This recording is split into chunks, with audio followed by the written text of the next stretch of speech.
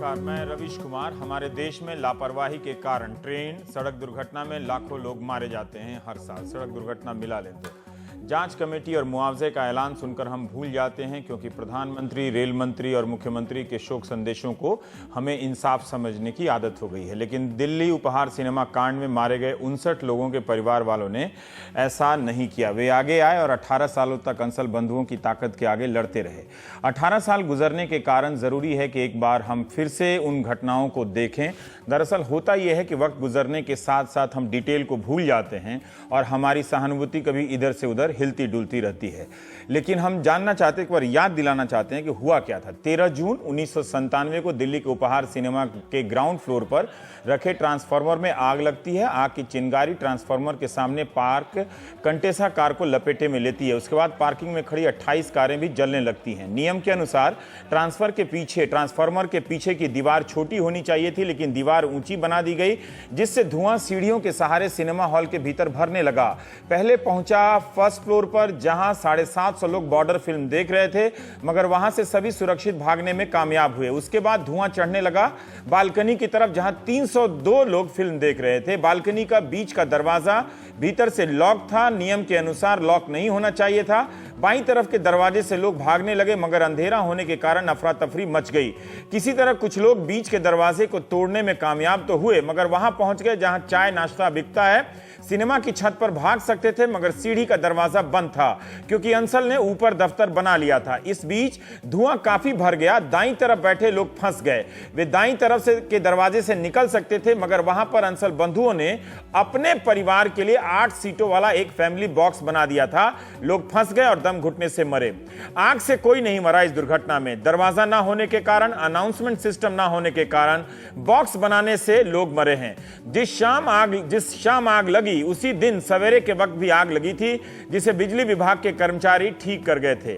Trial court, high court, supreme court में हर स्तर पर इन 18 सालों में कहा गया है कि अंसल बंधुओं ने हर नियम को, जितने भी नियम हैं, उसे तोड़ा है। पैसा कमाने के लालच में लोगों की जान की परवाह नहीं की।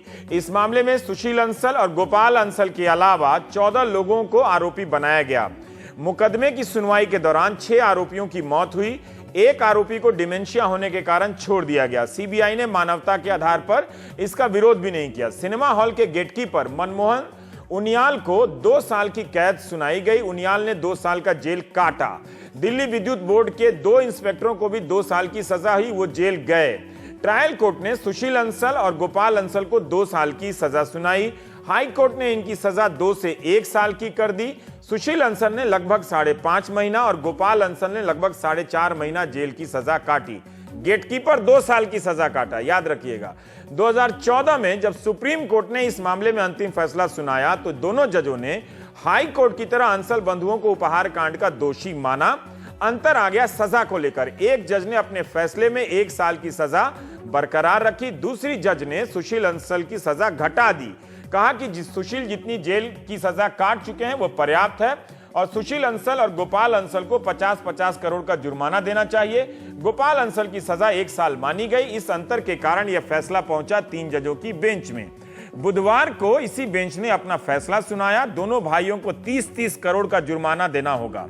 अदालत ने इन्हें आपराधिक लापरवाही का दोषी माना है, लेकिन कहा कि 100 करोड़ की जगह 60 करोड़ दिल्ली सरकार के पास जमा करा दीजिए, जिससे द्वारका में एक ट्रॉमा सेंटर बन जाएगा। इस केस को किसी युद्ध की तरह लड़ती रही नीलम कृष्णमूर्ति की गुजारिश यही रही कि हमें मुआवजा या जुर्माना नहीं चाहिए, हमें इंसाफ चाहिए। वो इंसाफ मिलेगा सख्त सजा से। जितनी सजा दी जाए वो पूरी हो, ताकि पूरे देश में यह संदेश जाए कि सार्वजनिक जगहों पर लोगों की जिंदगी से खिलवाड़ करना कितना बड़ा अपराध हो सकता है।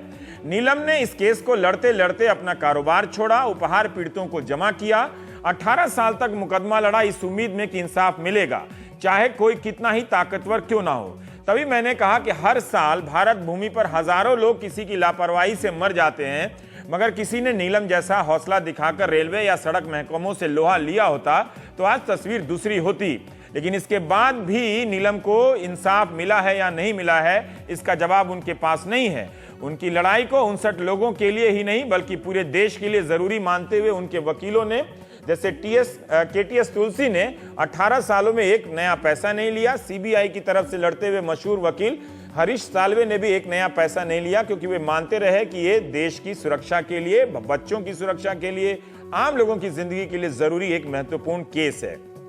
बुधवार की बहस में हरीश साल्वे मौजूद नहीं थे। उन्हें लगा कि 2 दिन बहस होगी। गुरुवार सुबह उन्होंने सुप्रीम कोर्ट में अर्जी लगाई कि मुझे सिर्फ 15 मिनट के लिए और सुन लिया जाए। अदालत ने कहा कि सुनवाई पूरी हो चुकी है, आप समीक्षा याचिका दायर कीजिए। 3 अदालतों ने 3 चरणों में अंसल बंधुओं को हर स्तर पर दोषी माना है।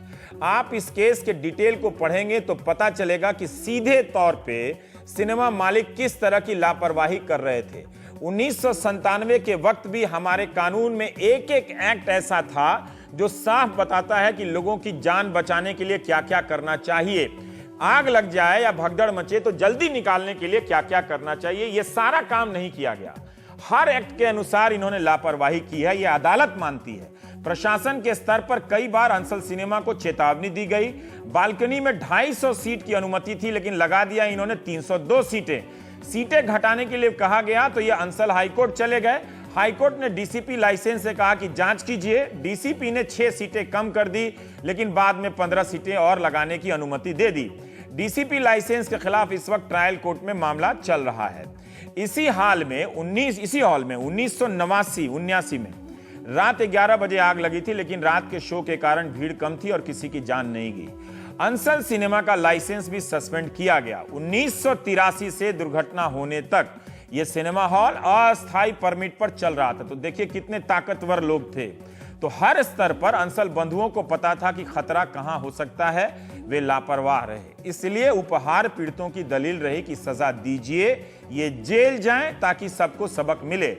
लेकिन क्या सजा मुकम्मल हुई? संसद के सत्र को लेकर चिंतित रहने वाला हमारे लोकतंत्र का प्रहरी इन दिनों जो बना हुआ है उद्योग जगत, वो भी चुप है। उसे वे 59 लोग दिखाई नहीं दे रहे हैं जो लोकतंत्र के ही हिस्सा थे। प्राइम टाइम में हम बात करेंगे कि उपहार कांड में इंसाफ हुआ है या दोषियों को उपहार मिला है। अदालतें ही कहती हैं कि इंसाफ होना ही नहीं चाहिए, होते हुए भी दिखना चाहिए। क्या आपको दिख रहा है? तो हम प्राइम टाइम में बात करेंगे। हमारे साथ जस्टिस RS सोढ़ी साहब हैं, पूर्व जज हैं दिल्ली हाई कोर्ट के और इस मामले को सुन भी चुके हैं। नीलम कृष्णमूर्ति जी हैं, आप उपहार पीड़ित संगठन की तरफ से इस मामले को लड़ रही हैं। नीलम कटारा जी हैं, आपने भी ताकतवर लोगों के खिलाफ अपने बेटे के इंसाफ के लिए एक लंबी लड़ाई लड़ी है। तो नीलम जी, हम आपसे पूछना चाहते हैं, जानना चाहते हैं, आपको दिख रहा है कि ये इंसाफ हुआ? जी नहीं, ये इंसाफ कहीं नहीं हुआ। ये जरूर कहूंगी कि अंसल्स को 60 करोड़ का एक तोहफा जरूर, उपहार जरूर मिला है। आजादी का उपहार जो सुप्रीम कोर्ट ने उन्हें दिया है कि 60 करोड़ लो, आपको कोई चिंता नहीं, आप जेल नहीं जाएंगे, लोगों को मारिए और जाए। तो इस पूरे दारोमदार में विक्टिम्स को कुछ नहीं मिला, लेकिन उन्हें जरूर एक उपहार मिल गया है 59 लोगों को मारने के लिए। और उसके लिए उन्हें क्या कीमत अदा करनी पड़ी? सिर्फ 60 करोड़ रुपए, और वो भी दिल्ली गवर्नमेंट को दे रहे हैं कि आप कुछ ट्रॉमा सेंटर है वो बनाइए। और हमें उम्मीद करते हो कि दिल्ली गवर्नमेंट इसको बिल्कुल एक्सेप्ट नहीं करेगी, क्योंकि ये मॉरली गलत होगा। कि इसमें बहुत आपने अभी पूरा पढ़ा कि कौन कौन एक्यूज थे, दिल्ली फायर सर्विस। हाँ, मैंने इसलिए बताया ताकि लोगों को याद आए कि हुआ क्या था। नहीं, वो लापरवाही क्या थी। इसलिए मैं बता रही हूँ क्योंकि जितने लोग थे दिल्ली सरकार के साथ, इन्हीं लोगों की कनाइवेंस की वजह से इन लोगों ने NOCs हासिल किए और अपना सिनेमा हॉल चलाते रहे। इसके बावजूद कि यहाँ बहुत ही डेविएशंस थी, वायलेशंस थी, कानूनों को एकदम अनदेखा किया गया था। तो अगर आप दिल्ली सरकार को ये पैसा दे रहे हैं तो ये कहाँ का इंसाफ है? जिनके कर्मचारियों की वजह से, अधिकारियों की वजह से 60 गार्ड से वो सिनेमा हॉल गलत तरीके से चल रहा था, जिसमें सुरक्षा नियमों का उल्लंघन किया जा रहा था। तो कैसे आप पैसा ले सकते हैं? तो मैं कल मिस्टर केजरीवाल से सुबह 10 बजे मिलने वाली हूँ और उनसे कहने वाली हूँ कि उन्हें इसको बिल्कुल मना कर देना चाहिए कि हम ये पैसा नहीं लेंगे। आप मुख्यमंत्री से ये कहने वाले हैं कि ये पैसा वो ना ले? बिल्कुल, मैं कहने वाली हूँ, ये अनुरोध करूंगी उनसे, क्योंकि मुझे नहीं लगता दिल्ली सरकार को कोई हक है। क्योंकि ये तो आप ही हो गया कि 59 लोगों को मारने के लिए आप दिल्ली सरकार को एक रिवॉर्ड दे रहे हैं।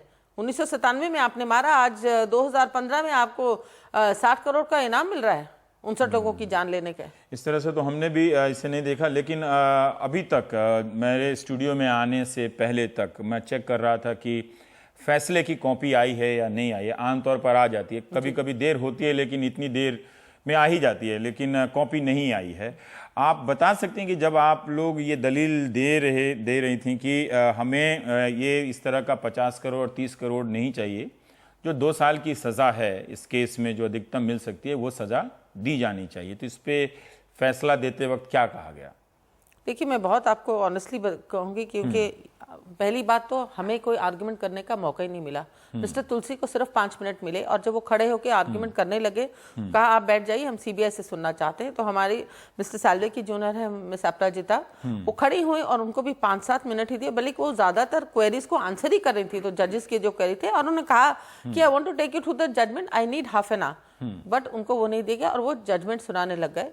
और लेकिन जब उन्होंने जजमेंट सुनाई, पहली लाइन ही उन्होंने कही कि इट्स अंडरगॉन विद 60 करोड़, मैं उसी वक्त कोर्ट से उठ के बाहर आ गई। उसके आगे मैं सुन नहीं सकी, क्योंकि it was a shock for me. मैं सुन नहीं सकी कि वो आगे क्या, मैं सोच भी नहीं सकती थी कि इनको अंडरगॉन करके छोड़ देंगे।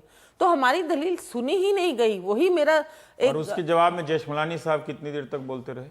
जेठमलानी जी ने सुबह 10:30 से आर्गुमेंट शुरू किया, 3:40 तक उन्होंने आर्गुमेंट किया है, और इस दौरान उन्होंने और तो और छोड़िए चार्जेस के ऊपर भी आर्गुमेंट किया। आप बताइए, जब 3 कोर्ट्स ने उनको अपहेल्ड कर लिया है उनका गिल्ट, उसके बाद आप चार्जेस पे आर्गुमेंट कर रहे हैं। आप कुर्बैन हुसैन की जजमेंट पढ़ रहे हैं, जो पता नहीं आप 100 बार 18 साल में पढ़ चुके हैं, जिसको जजेस ने नकार दिया है कि हम इसको एक्सेप्ट नहीं कर रहे हैं। आप फिर वही जजमेंट पढ़ रहे हैं, आप विटनेसेस की डेपोजिशंस पढ़ रहे हैं इस स्टेज में, आप उधर हैं सिर्फ सेंटेंसिंग के लिए, और उसके बाद वो शुरू करते हैं अपने पैसे का खेल।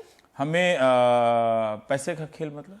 फिर वो कहते हैं कि हम पैसा देने के लिए तैयार हैं, पर आप हमें अंदर क्यों भेज रहे हैं, जेल में क्यों भेज रहे हैं? देखिए, मेरा क्लाइंट इतना बूढ़ा है, इतना बीमार है, आप सोचिए। मेरा ये कहना है, आप कितना बीमार है वो, कितना बीमार है ये क्लाइंट? वो मेडिकल सुशील अंसल, वो तो उनकी उम्र, क्या उम्र है सुशील अंसल? सुशील अंसल शायद अब 76 साल का होगा। हाँ। और गोपाल अंसल उससे 8 साल छोटा है। तो उनका ये कहना है कि इनकी उम्र देखिए। मैं कहती हूँ कि आप उम्र हमारे बच्चों की देखिए, उन्होंने तो जिंदगी भी नहीं जी थी। और जब सुशील अंसल ने ये इसके जिम्मेदार, जब ये हादसा हुआ है, तब वो 56 साल के थे। तो आपका, जब आप जुवेनाइल जस्टिस एक्ट में देखते हैं कि बच्चे उस वक्त आपकी क्या उम्र थी जब आपने एक क्राइम किया, और जब आदमी 40 में पहुंच जाता, बोलते उस वक्त तो मैं जुवेनाइल था, तो कोर्ट ये बिल्कुल माइंड में रखती है और उनको उसी के हिसाब से सजा देती है। तो इन लोगों को क्यों नहीं इस हिसाब से सजा दी जा रही? प्रोलॉन्ग तो इन्होंने किया ना। जस्टिस साहब, मैं नहीं जानता कि किसी सुनवाई में अदालती प्रक्रिया का मुझे उतना ज्ञान नहीं है कि एक पक्ष को 3-4 घंटा बोलने दिया जाए और दूसरे पक्ष को, अगर ये बात सही है तो मतलब इसको किस नज़र से देखा जाए, लेकिन एक तथ्य के रूप में नीलम जी ने रखा है। मैं आपसे जानना चाहता हूं कि अदालत जिसे ट्रायल से लेकर सुप्रीम कोर्ट तक दोषी माने और ये भी माने कि हाँ इसे सज़ा मिलनी चाहिए, अपने अंतिम फैसले में भी कहे कि हाँ इसे सज़ा मिलनी चाहिए, 1 साल हो या 2 साल हो, ठीक है, उस सज़ा को क्या पैसे से बदला जा सकता है? एक। और दूसरा, जो नीलम ने कहा कि इस केस में दिल्ली सरकार भी एक तरह से दोषी है, क्योंकि उसकी जो एजेंसियां हैं वो लापरवाही कर रही थीं, और हर स्तर पर आप लोगों ने भी देखा होगा कि हर स्तर पर लापरवाही हुई है। ये वो लापरवाही नहीं है कि कहीं से तार छिटक गया और आग लग गई, इसमें मालिक का दोष नहीं है, लेकिन हर स्तर पर मालिक के स्तर का दोष है। तो ये तभी इनको ये 2 साल की सजा दी गई थी। क्या आप मानते हैं कि 60 करोड़ रुपया उसी दिल्ली सरकार को देना एक तरह से इंसाफ है? आपको इंसाफ होता हुआ दिख रहा है? देखिए, इस केस को 2 हिस्सों में बांट लीजिए। एक तो है कि उसको दोषी पाया गया, वो तीनों अदालतों ने उसको दोषी पाया। अब ये तो चैप्टर ही बंद हो गया। जो चर्चा चल रही है वो सिर्फ इस पर है कि भी सजा कितनी मिलनी चाहिए। मैक्सिमम 2 साल है, और ये जो सेक्शन है, सेक्शन प्रोवाइड करता है 3 किस्म की सजा। पहली तो है जेल, दूसरी है या फाइन, सिर्फ फाइन, या तीसरा है जेल एंड फाइन। इनको मुझे लगता है, देखिए मैं डिफेंड नहीं कर रहा किसी का, ना ही मैं कह रहा हूं कि भी ये हादसा कोई छोटा हादसा था, please don't take it that way. लेकिन मैं सिर्फ कह रहा हूं कि भाई ये जो सेंटेंसिंग जूरिस्प्रूडेंस है, इसमें बहुत कुछ देखना पड़ता है, और ज्यादातर ये होता है कि बैलेंसिंग करनी पड़ती है। आप ये कह दो कि जी मैक्सिमम दे दो मैक्सिमम तो 2 साल ही तो था, जिसमें से ये 4 5 महीने तो काट ही चुके हैं। इसको अगर बैलेंस किया जाए और सुप्रीम कोर्ट ने अगर बैलेंस करके फाइन बढ़ा दिया और ये कहा कि भी it goes jail plus fine, तो कोई बुरी बात, सजा में तो बुरी बात नहीं है। एक सवाल है यहाँ पे, हम भी अदालत के फैसले की कोई आलोचना तो कर नहीं रहे हैं, समीक्षा कर रहे हैं। मेरा एक सवाल है कि 3 तरह से इसमें सजा दी जा सकती थी, जेल, जुर्माना, जेल एंड जुर्माना।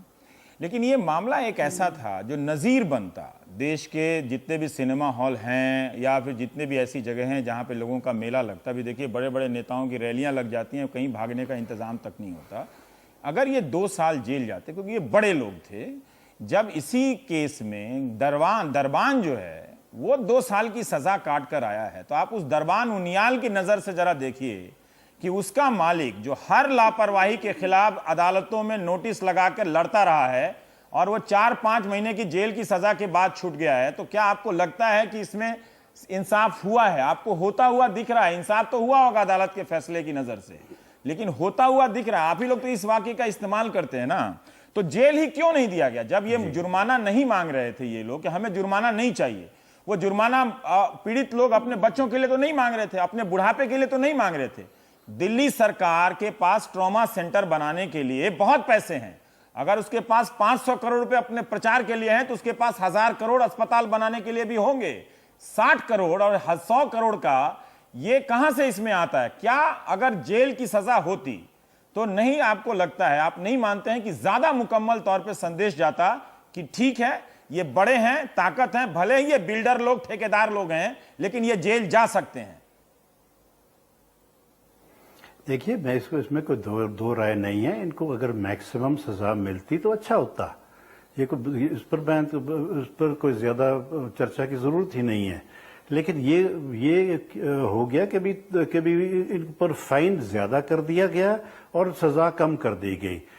ये बैलेंस सुप्रीम कोर्ट ने ऐसे इन्होंने मांगी नहीं ना, फाइन का हिस्सा है। आपने तो जो मेरा यही सवाल है सर, जो जुर्माना है, जो फाइन है, वो आप पीड़ितों के लिए तो है नहीं ना, वो अस्पताल बनाने के लिए है। वो अस्पताल बनाने के लिए है, जिसके जो काम करने के लिए सरकार के पास जमीन भी है, ताकत भी है और पैसे भी हैं उसके पास, टैक्स पेयर देता है। अरे फाइन जो है, देखिए, फाइन पार्ट ऑफ सेंटेंस है। अगर आप लेना चाहो लो, मत लेना चाहो मत लो, दैट इज नॉट, ये है तो पार्ट ऑफ सेंटेंस। ये सेंटेंस है, को ये नहीं कह सकते कि सरकार के पास पहले पैसे नहीं होते इसलिए फाइन नहीं देना चाहिए। ये this is part of sentence. It's all right, I understand what you are saying कि भी हाँ, ज्यादा होना चाहिए थी, सेंटेंस हो सकती थी,